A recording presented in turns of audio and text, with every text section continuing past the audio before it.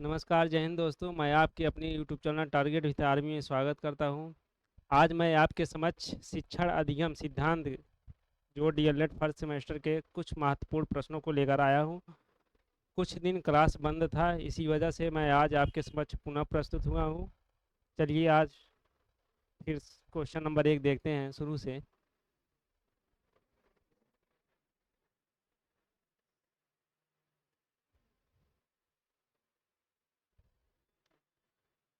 देखिए question number 1 है शिक्षण अधिगम सिद्धांत। शिक्षण अधिगम सिद्धांत बताइए। शिक्षण अधिगम सिद्धांत नहीं है। बताइए इसमें क्या नहीं है। विशिष्टता का सिद्धांत, विशिष्टता का सिद्धांत नहीं है, कि प्रेरणा का सिद्धांत नहीं है, कि रुचि का सिद्धांत नहीं है, कि प्रयोगात्मक कार्य प्रविधि। देखिए इसमें शिक्षण अधिगम सिद्धांत पूछा है, मतलब शिक्षण अधिगम सिद्धांत नहीं है। बताइए क्या नहीं है। विशिष्टता का सिद्धांत नहीं है, प्रेरणा का सिद्धांत नहीं है, कि रुचि का सिद्धांत नहीं है, कि प्रयोगात्मक कार्य प्रविधि। क्या नहीं है बताइए।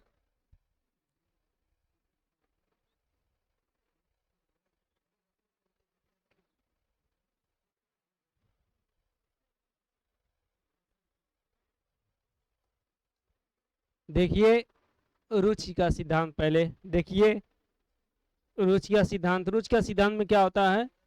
शिक्षण को रुचिकर एवं पूर्ण सरल सुस्पष्ट बनाने के लिए बच्चों के प्रति रुचि उत्पन्न करना चाहिए। बच्चों के प्रति रुचि उत्पन्न करना चाहिए, जिससे शिक्षण हमारा प्रभावी हो सके। और ये क्या है, ये रुचि का सिद्धांत है। प्रेरणा का सिद्धांत क्या होता है। प्रेरणा का सिद्धांत ये होता है, जैसे शिक्षण में बच्चों को प्रेरणा देनी चाहिए। प्रेरणा कैसी देनी चाहिए, जैसे विषय वस्तु हमारा है, हमारा जो विषय वस्तु हो उसके प्रति उसके प्रति उसके प्रति बच्चों को प्रेरणा देनी चाहिए। और एक होता है विशिष्टता का सिद्धांत। क्या होता है विशिष्टता का सिद्धांत। विशिष्टता का सिद्धांत ये होता है कि बच्चों को अनेक प्रकार की शिक्षण से संबंधित, शिक्षण अधिगम से संबंधित अनेक प्रकार की विशिष्टता को स्पष्ट करनी चाहिए। और इसके अंतर्गत और से हमारे शिक्षण अधिगम सिद्धांत आते हैं। इसके अंतर्गत हमारे और से शिक्षण अधिगम सिद्धांत आते हैं, जैसे जैसे निरंतरता का सिद्धांत आता है। निरंतरता का सिद्धांत आता है।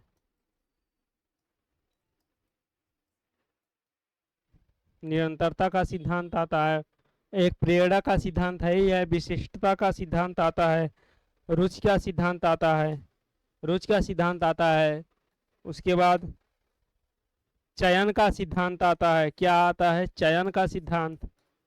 हमारी पाठ्य पुस्तक में, हमारी शिक्षण के प्रति पाठ्य पुस्तक में क्या चयन होना चाहिए, किस प्रकार का चयन होना चाहिए, किस प्रकार का चयन होना चाहिए। चयन का सिद्धांत आता है। एक विभाजन का सिद्धांत आता है। विभाजन क्या होता है, विभाजन का सिद्धांत।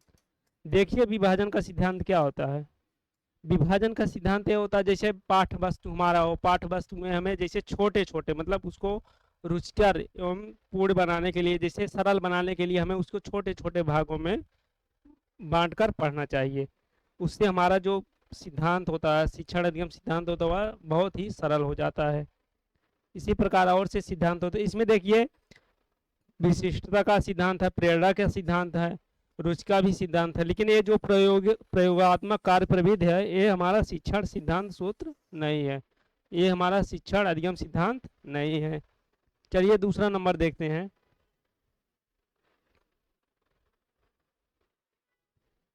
चलिए दूसरा नंबर है, क्वेश्चन नंबर 2 है। संप्रेषण संप्रेषण के घटक कितने होते हैं। बताइए संप्रेषण के कौन कौन से घटक है। प्रेषक है, संदेश है, कि ग्राही है। बताइए क्या क्या होते हैं, कि उपयुक्त सभी है। बताइए। देखिए जो संप्रेषण के मुख्य 3 घटक होते हैं। संप्रेषण के मुख्य 3 घटक होते हैं। एक सुनने वाला होता है, एक सुनने वाला नहीं, एक पढ़ाने वाला जैसे हो गया, एक पढ़ाने वाला। पढ़ाने वाले को हम क्या कहेंगे? प्रेषक कहेंगे। क्या कहेंगे? प्रेषक। एक पढ़ाने वाला हो गया, एक सुनने वाला हो गया, एक सुनने वाला हो गया। सुनने वाले को हम क्या कहेंगे? ग्राही कहेंगे। क्या कहेंगे? ग्राही कहेंगे। और एक ग्राही हो, एक संदेश हो गया। संदेश क्या हो गया? जैसे हमारा विषय वस्तु क्या है, हम किसके प्रति, मतलब हम क्या पढ़ाएंगे, विषय वस्तु हमारा क्या हो गया? क्या? एक विषय वस्तु हो गया।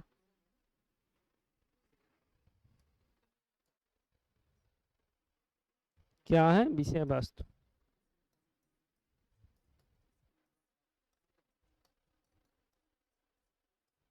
विषय वस्तु हो गया। अच्छा बताइए, संप्रेषण किसे कहते हैं? आप लोग बताइए, संप्रेषण किसे कहते हैं? बताइए आप लोग।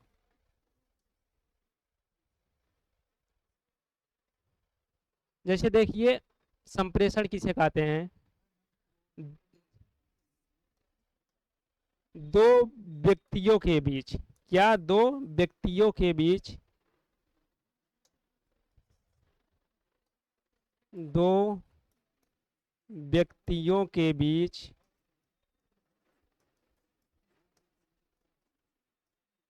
अपने भाव, अपने भाव विचार, अपने भाव विचार एवं तथ्यों को, तथ्य क्या होते हैं?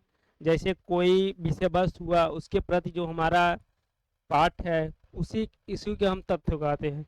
एवं तथ्यों, एवं तथ्यों के मध्य, तथ्यों के मध्य जो आदान प्रदान होता है, जो आदान प्रदान होता है, आदान प्रदान होता है, उसी को हम संप्रेषण कहते हैं। उसी को संप्रेषण कहते हैं। उसी को क्या कहते हैं? संप्रेषण कहते हैं। इसमें तीन होते हैं, सुनने वाला होता है, पढ़ाने वाला होता है, और विषय वस्तु हमारा होता है। यही संप्रेषण के घटक होते हैं। चलिए दूसरा नंबर देखते हैं, क्वेश्चन नंबर 3। देखिए क्वेश्चन नंबर 3 है, निम्नलिखित में से श्रव्य दृश्य सामग्री, निम्नलिखित में से श्रव्य दृश्य सामग्री नहीं है। बताइए क्या नहीं है? रेडियो नहीं है, कि चलचित्र नहीं है, कि टेलीविजन नहीं है, कि कंप्यूटर नहीं है? बताइए क्या नहीं है? श्रव्य दृश्य सामग्री क्या होता है? बताइए आप लोग।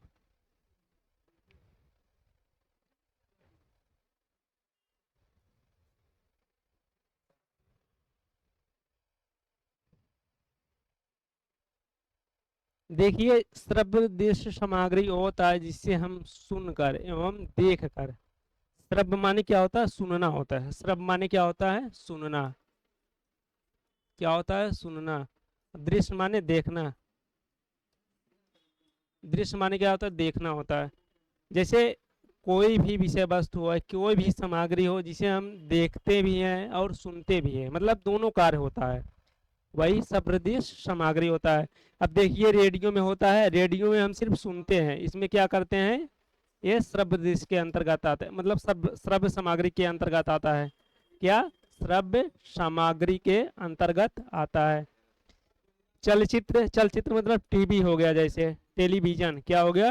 टेलीविजन हो गया। टेलीविजन में देखिए हम सुनते भी हैं, देखते भी हैं, सुनते भी हैं और क्या? देखते भी हैं। ये क्या हो गया? श्रव्य दृश्य सामग्री के अंतर्गत हो गया। उसके बाद टेलीविजन, टेलीविजन यहाँ भी है, चलचित्र भी है, वही टेलीविजन भी हो गया। कंप्यूटर, कंप्यूटर में भी हम देखते हैं, सुनते भी हैं, कंप्यूटर हमारा है। लेकिन जो रेडियो है ये श्रव्य दृश्य सामग्री नहीं है। क्या है? जो रेडियो हमारा है ये श्रव्य दृश्य सामग्री नहीं है, अर्थात आ वाला रेडियो सही है। चलिए चौथा क्वेश्चन नंबर 4 देखते हैं। देखिए क्वेश्चन नंबर 4 है, भ्रमण प्रविधि के चरण है। भ्रमण प्रविधि के चरण है, क्या है? बताइए। शैक्षिक उद्देश्य या प्रकरण का चयन है, शैक्षिक उद्देश्य या प्रकरण का चयन, पर्यटन स्थल का चयन, पर्यटन स्थल हेतु सामग्री। या उपयुक्त सभी, क्या नहीं है बताइए क्या है। देखिए जो शैक्षिक उद्देश्य होता है या प्रकरण का चयन होता है, जैसे हम भ्रमण के लिए जाते हैं, कहीं घूमने के लिए जाते हैं, कहीं घूमने के लिए मान ले हम गए, उसके बाद वहाँ हमें मतलब कौन सी क्या घूमना है, कैसे घूमना है, उसी का उद्देश्य, उसका उद्देश्य क्या है, शैक्षिक का उद्देश्य क्या है, या उसका प्रकरण क्या है, इसी को हम शैक्षिक उद्देश्य या प्रकरण का चयन कहते हैं। इसी को हम शैक्षिक उद्देश्य या प्रकरण का चयन कहते हैं। पर्यटन स्थल का चयन क्या होता है, पर्यटन स्थल का चयन क्या होता है, जैसे हम कहीं घूमने गए, किसी भी पर्यटन स्थल पर घूमने गए, हमें मतलब कौन सी जगह का चयन करना है, ये पर्यटन चयन के स्थल का आ जाता है। और पर्यटन स्थल है तो सामग्री, जैसे हम कहीं घूमने गए तो वहाँ मतलब क्या ले जाना है, क्या क्या वहाँ लगेगा, कैसे जाना है, या पर्यटन स्थल है तो सामग्री हो जाता है। इनमें से उपयुक्त सभी मतलब सभी है, ये क्या भ्रमण प्रवृत्ति के जो चरण है ये क्या है, सभी है। चलिए क्वेश्चन नंबर दूसरा देखते हैं, 5 नंबर है। देखिए 5 नंबर है, प्रयोग प्रदर्शन पद्धति सबसे प्रयुक्त होता है, किसमें होता है बताइए। प्रयोग प्रदर्शन पद्धति सबसे प्रयुक्त किसमें होता है, सर्वोत्तम प्रयुक्त इतिहास विषय में होता है, भाषा विषय में होता है, कि विज्ञान विषय में होता है, कि नागरिक शास्त्र विषय में होता है। प्रयोग प्रदर्शन क्या होता है बताइए, प्रयोग प्रदर्शन क्या होता है बताइए आप लोग। जैसे हम कोई किसी भी वस्तु में प्रयोग करते हैं, मतलब जैसे प्रयोगशाला हो गया, क्या होगा इसके अंतर्गत क्या आता है, प्रयोगशाला आता है, क्या आता है, प्रयोगशाला। इसी को हम प्रयोग प्रदर्शन विधि कहते हैं। इसमें देखिए हम प्रयोग भी करते हैं और उसका प्रदर्शन भी करते हैं, किसमें करते हैं, इतिहास में तो हम करते नहीं है, इतिहास तो हम करते नहीं है, भाषा विषय में नहीं करते हैं। इतिहास में जो होता है मुगलों के बारे में, जैसे हम किसी के बारे में जानकारी प्राप्त करते हैं, इसे हम क्या करते हैं, इसे हम किसी के बारे में जानकारी हासिल करते हैं, क्या जानकारी, जानकारी हासिल करते हैं। भाषा के विषय में जैसे हमें हिंदी हुआ, अंग्रेजी हुआ, संस्कृत हुआ, इसके बारे में हम जानकारी प्राप्त करते हैं, इसके बारे में हम मतलब जागृत होते हैं, क्या होते हैं, जागृत होते हैं।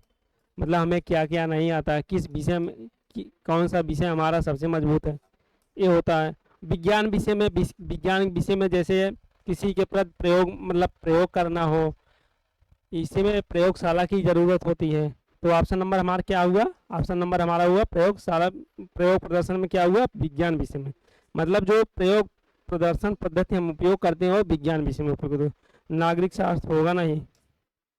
चलिए क्वेश्चन नंबर दूसरा देखते हैं, 6 नंबर है, पाठ के प्रमुख बिंदुओं को बार बार दोहराना। पाठ के प्रमुख बिंदुओं को, जैसे कोई पाठ में पढ़ा दिया गया हो, उसको बार बार दोहराना या आवृत्त करना। बताइए किस शिक्षण सिद्धांत के अंतर्गत आता है, बताइए कौन सा ऐसा शिक्षण है उसके अंतर्गत आता है, बताइए। प्रेरणा के अंतर्गत आता है, कि नियोजन के अंतर्गत आता है, कि चयन के अंतर्गत आता है, कि आदत के अंतर्गत आता है, बताइए। आदत का सिद्धांत, बताइए क्या होगा, आदत या आवृत्ति, इसको आवृत्ति भी कहते हैं, क्या आवृत्ति, इसको क्या कहते हैं, आवृत्ति भी कहते हैं। प्रेरणा का सिद्धांत अभी देखिए, हम पहले जो क्वेश्चन नंबर पहला था उसी के बारे में, उसी में हम आपको प्रेरणा का सिद्धांत बता दिए थे। एक चयन का सिद्धांत, इसको भी हम बता दिए थे, क्या जो चयन का सिद्धांत है इसको हम बता दिए थे। आदत या आवृत्ति का सिद्धांत क्या होता है बताइए आप लोग।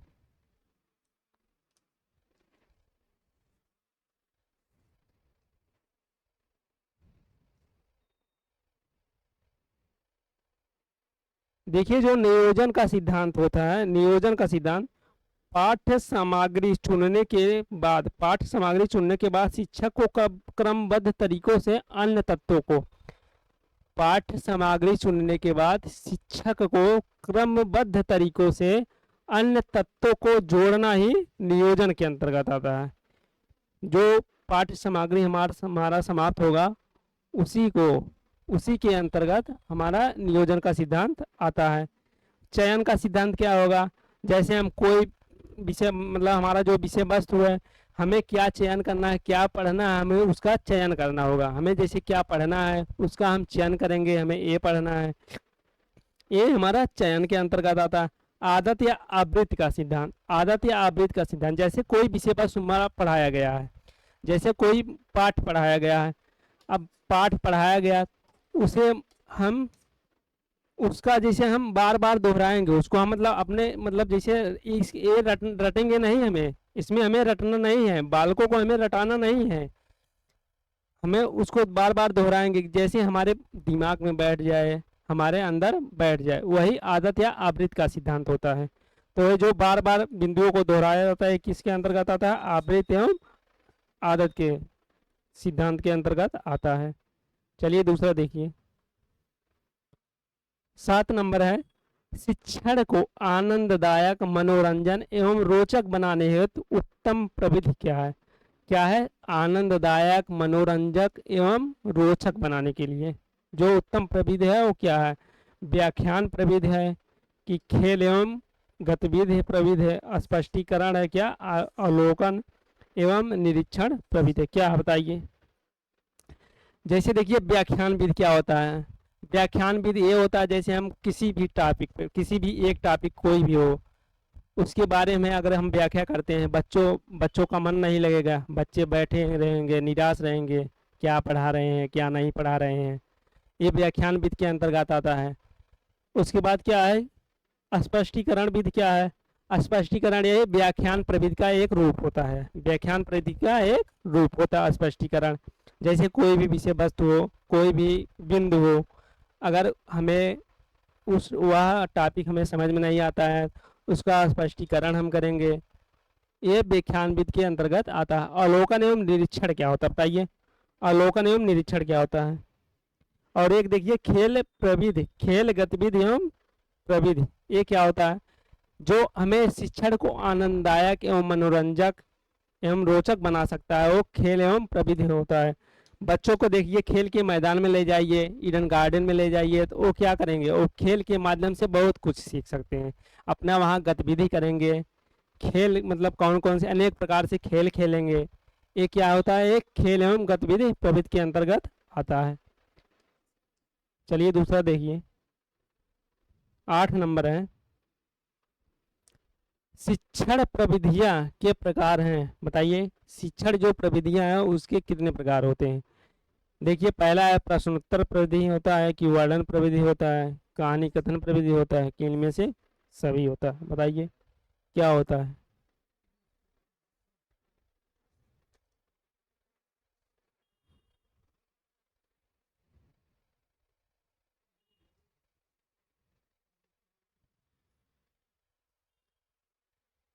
देखिए जो शिक्षण प्रविधियां होता है उसमें मतलब बहुत से प्रकार होते हैं। जैसे प्रश्नोत्तर विधि क्या होता है?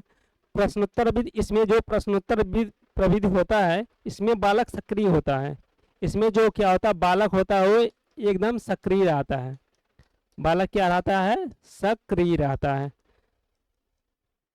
और जो वर्णन विधि होता है, जैसे व्याख्या या वर्णन विधि है, ये व्याख्या मतलब वर्णन विधि जो है वह व्याख्या का एक रूप है, इसमें किसी भी विषय वस्तु को लेकर हम वर्णन करते हैं।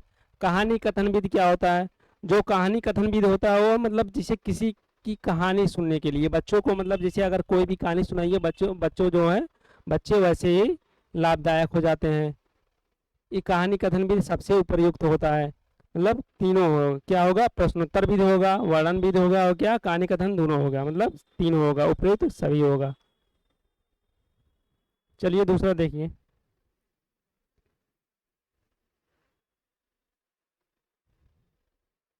क्वेश्चन नंबर 9, शिक्षण का सूत्र नहीं है, बताइए इनमें से कौन सा ऐसा ऑप्शन है जो शिक्षण सूत्र नहीं है? ज्ञात से अज्ञात की ओर, पूर्ण से अंश की ओर, प्रेरणा से सिद्धांत की ओर, स्थूल से सूक्ष्म की ओर, बताइए कौन सा नहीं है? इनमें से कौन सा ऐसा सूत्र नहीं है?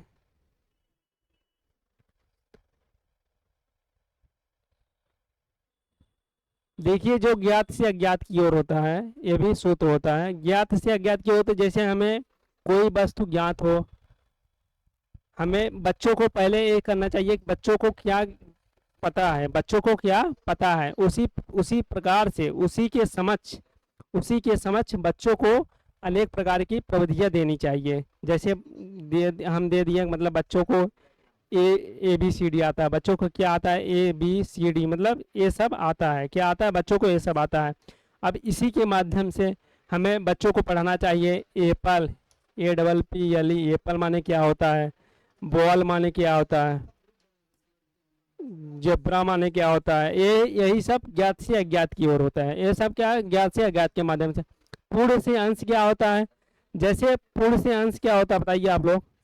पूर्ण से अंश ये होता है कि बच्चों को, अगर मान लीजिए बच्चों को शरीर के, हमारे शरीर के बारे में बच्चों को पता है, बच्चों को हमारे शरीर के बारे में पता है, लेकिन उसके एक एक अंग का वर्णन करना, एक एक अंग का वर्णन करना। जैसे क्या होता है, हेयर, हेयर माने क्या होता है, बाल होता है। हेयर माने क्या होता है, बाल होता है। नोज माने क्या होता है, नोज मतलब नाक होता है। मतलब उसके एक एक अंग का वर्णन कर रहा, एक एक अंग का वर्णन कर रहा, वह क्या होता है, पूर्ण से अंश की ओर के अंतर्गत आता है। प्रेरणा का सिद्धांत, प्रेरणा का सिद्धांत शिक्षण सूत्र के अंतर्गत नहीं आता है।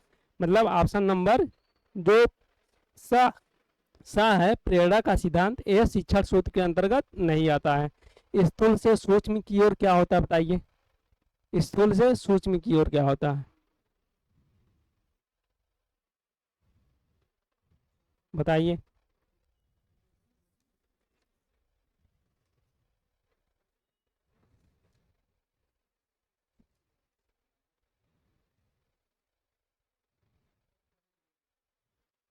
देखिए और शिक्षण सूत्र बहुत से हैं, शिक्षण सूत्र बहुत से हैं।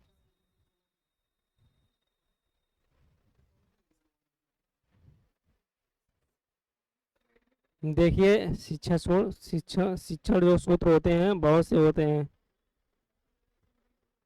देखिए जैसे,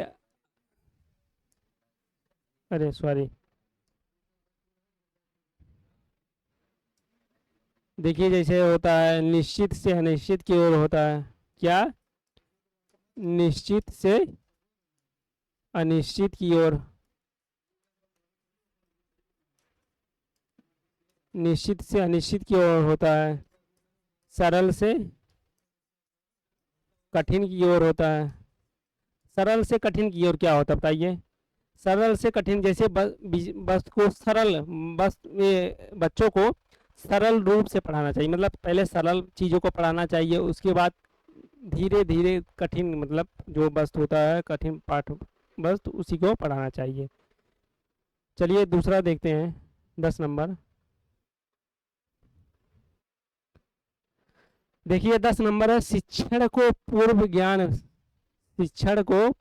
ज्ञान पर ही नए ज्ञान का आधारित करना चाहिए। जो शिक्षण हो को पूर्व ज्ञान ही नए ज्ञान को आधारित करना चाहिए। यह कथन किस शिक्षण के सूत्र के अंतर्गत आता है बताइए। ज्ञात से अज्ञात की ओर, पूर्ण से अंश की ओर, स्थूल से सूक्ष्म की ओर, या सरल से कठिन की ओर, बताइए क्या होता है। ज्ञात से अज्ञात की ओर, पूर्ण से अंश की ओर, सूक्ष्म से, स्थूल से सूक्ष्म, या सरल से कठिन, क्या होता है बताइए आप लोग।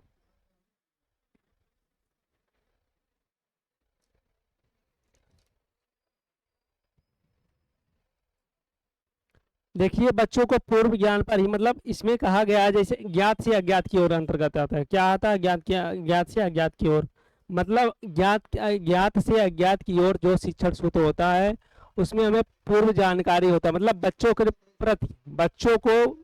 के प्रति पहले उसके प्रति हमें पूर्व जानकारी लेना चाहिए कि क्या इसको आता है, क्या नहीं आता है। उसके बाद उसी माध्यम से हमें उसे शिक्षा देनी चाहिए। मतलब पहले उसके बारे में जानकारी लेना चाहिए, क्या इसको आता है क्या नहीं आता है, उसी के माध्यम से हमें उसे शिक्षा देनी चाहिए। ये होता है ज्ञात से अज्ञात की ओर। जो एक कथन है शिक्षण को पूर्व ज्ञान पर ही आधारित करना चाहिए, वो ज्ञात से अज्ञात की ओर हमें इसी के अंतर्गत आता है।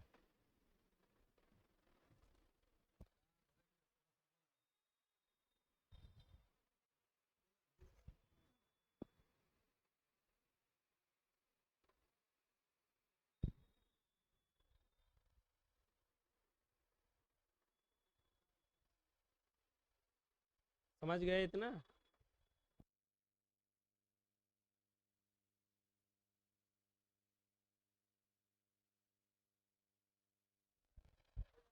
चलिए दूसरा देखते हैं, थोड़ा माइक गड़बड़ हो गया था।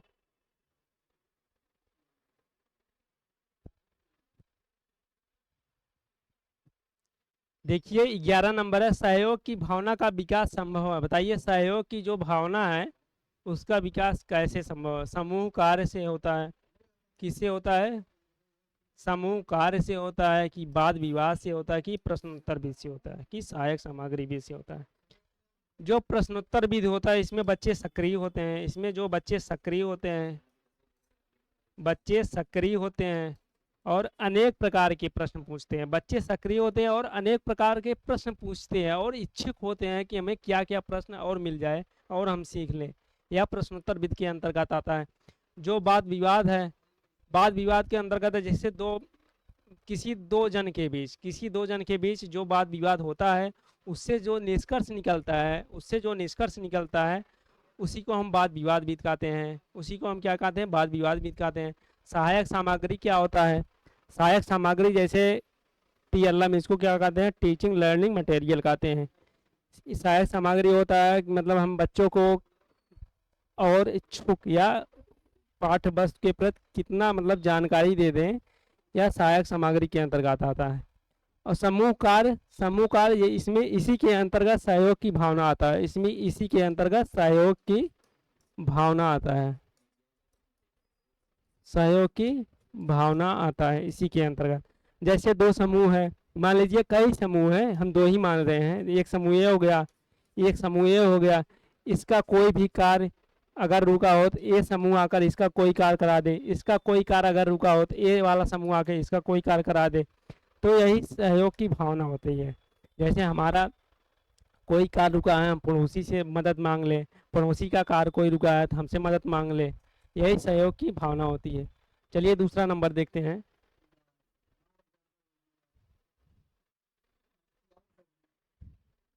देखिए क्वेश्चन नंबर 12 है कि बच्चे में कल्पना शक्ति का विकास किया जा सकता है। बच्चे में जो कल्पना शक्ति का विकास होता है कैसे किया जा सकता है? कहानी द्वारा किया जा सकता है, कि समूह कार्य द्वारा किया जा सकता है, कि प्रश्नोत्तर विधि, क्या व्याख्यान विधि, कैसे किया जा सकता है बताइए? बच्चे में बताइए आप लोग, 1 मिनट।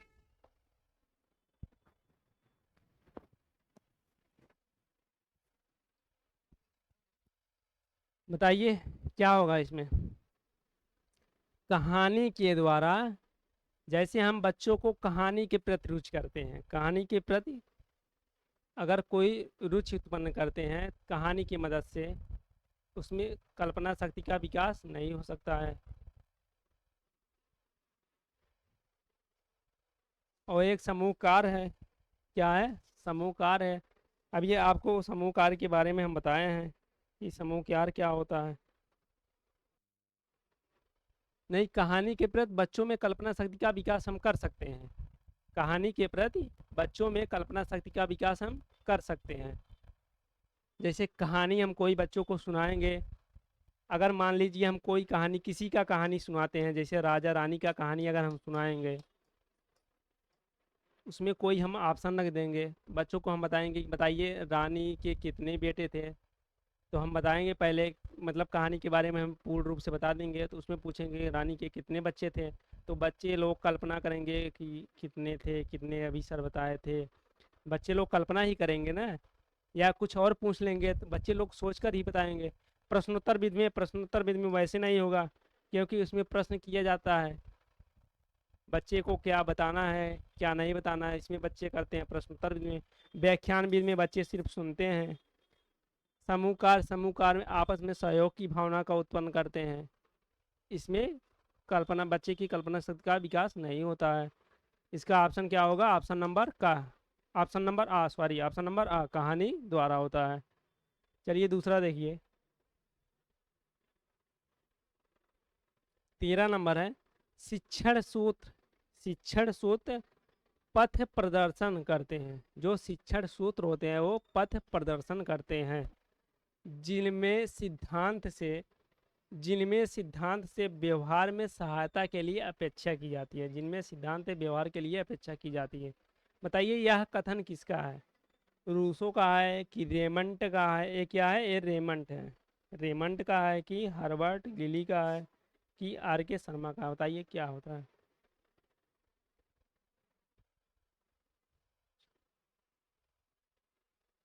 हमें जो शिक्षण, हमारा विषय वस्तु शिक्षण को समझने के लिए अनेक प्रकार के शिक्षण सूत्रों का प्रयोग किया गया है। इसी के व्यवहार में सहायता की अपेक्षा करने के लिए हमें मतलब शिक्षण सूत्रों का प्रयोग किया गया है। यह कथन किसका है? यह कथन किसका है? रेमंड का है। क्या है? रेमंड। रेमंड महोदय जी कहे हैं, रेमंड महोदय जी का कहना था कि जो शिक्षण सूत्र का पथ प्रदर्शन है, जिनके सिद्धांत जिनमें सिद्धांत से व्यवहार में सहायता की अपेक्षा की जाती है, ये रेमंड महोदय का कथन है। चलिए दूसरा देखते हैं।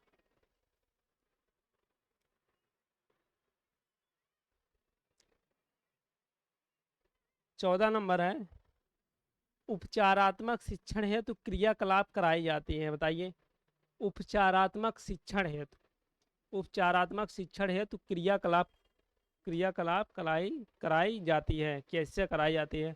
अभ्यास कार्य द्वारा, कि खेल व अन्य गतिविधियों के आयोजन करना, समूह चर्चा करना, या उपयुक्त सभी। बताइए, उपचारात्मक शिक्षण भी कैसे कराया जाता है?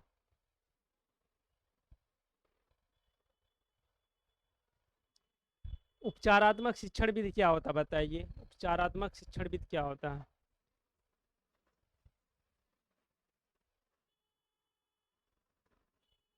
उपचारात्मक शिक्षण विधि के अंतर्गत जैसे बच्चों को कोई भी समस्या का, बच्चों के प्रति जो कोई भी समस्या हो, पहले उसको हम पता करेंगे, कैसी किस प्रकार की समस्या हो उसको हम पता करेंगे, फिर उसी के माध्यम से हम उसका उपचार करेंगे। मतलब कौन सी समस्या है, इसका उपचार क्या होगा, उसी के माध्यम से हम उसका उपचार करेंगे। यही उपचारात्मक शिक्षण विधि है। अब देखिए, अभ्यास द्वारा कराना, मतलब बच्चों को अभ्यास द्वारा करा सकते हैं। जी हाँ, करा सकते हैं। कैसे कराएंगे? कि बच्चों को कोई जैसे कोई भी अभ्यास अगर नहीं उसको मालूम है, उसको बार बार अभ्यास कराएंगे। क्या? बार बार अभ्यास कराएंगे। खेल व अन्य गतिविधियों का आयोजन, हाँ, खेल और गतिविधियों का आयोजन भी कराएंगे। वह खेल खेल के माध्यम से बहुत कुछ सीख सकता है।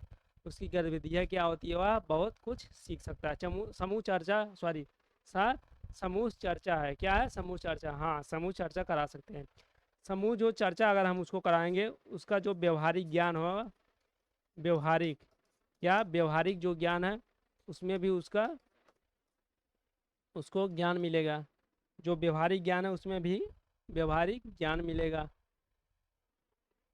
मतलब इसका क्या होगा? इसका सही होगा, मतलब उपयुक्त सभी सही है। क्या है? उपचारात्मक शिक्षण है जो क्रियाकलाप कराई जाती है, अभ्यास कार्य कराना, इसका भी सही है। खेलवान गतिविधियों के द्वारा समूह चर्चा करना, या उपयुक्त सभी, मतलब सभी सही है। सभी के माध्यम से हम उपचारात्मक शिक्षण क्रियाकलाप करा सकते हैं। चलिए दूसरा देखिए।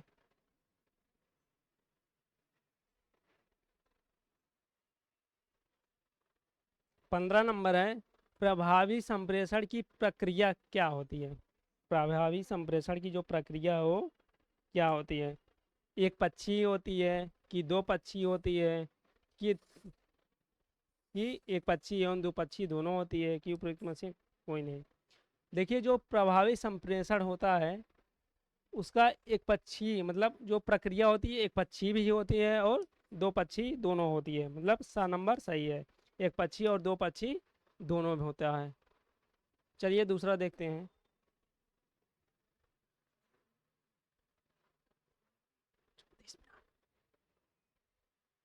जो शिक्षण सूत्र पथ प्रदर्शन करते हैं, जिसके सिद्धांत से व्यवहार में सहायता के लिए अपेक्षा की जाती है।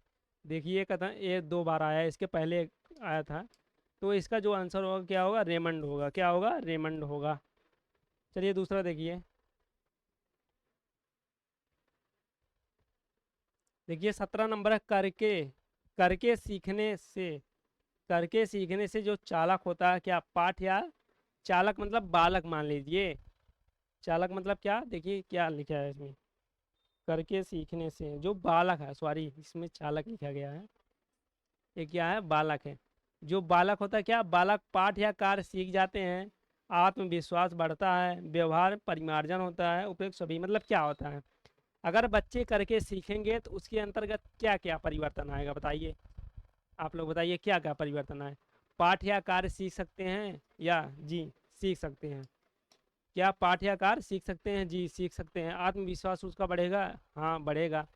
अगर हम बच्चों को कोई कार्य दे दें, हम कहेंगे इसको करके दिखाइए, तो उसमें आत्मविश्वास बढ़ेगा, जी हाँ मैंने देखिए सर मैंने कर लिया, इसमें आत्मविश्वास बढ़ेगा ही। व्यवहार, उसके व्यवहार में परिवर्तन आएगा, परिवर्तन बहुत से मतलब आएंगे, या समाज के प्रति व्यवहारिक परिवर्तन आएगा, और अन्य मतलब किसी के प्रति मतलब जितने भी लोग हों उसी के प्रति व्यवहारिक में परिवर्तन उसके आ जाएगा। मतलब इसमें क्या है, दा मतलब तीनों सही हैं, क्या है उपरोक्त सभी तीनों सही हैं। चलिए दूसरा देखिए, 18 नंबर है। देखिए 18 नंबर, नियोजन के सिद्धांत द्वारा शिक्षण में क्या होता है बताइए। समय श्रम की बचत होती है, कि शिक्षण अधिगम में क्रमबद्धता होती है, कि शिक्षण का उद्देश्य पूर्ण होता है, उपयुक्त तो सभी क्या होता है बताइए। जो नियोजन के सिद्धांत में होता है क्या होता है बताइए।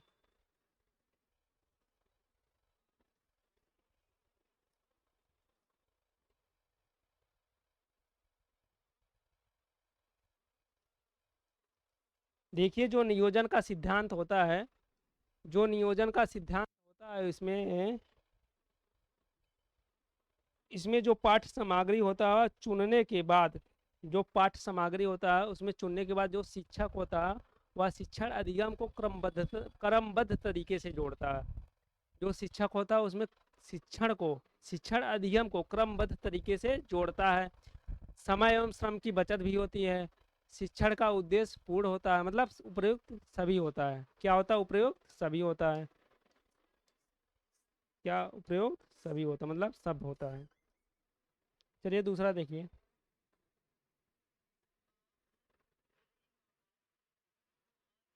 19 नंबर है। आवृत्ति के सिद्धांत के अंतर्गत आवृत्ति के तरीके क्या है बताइए। आवृत्ति मतलब दोहराना, आवृत्ति मतलब दोहराना।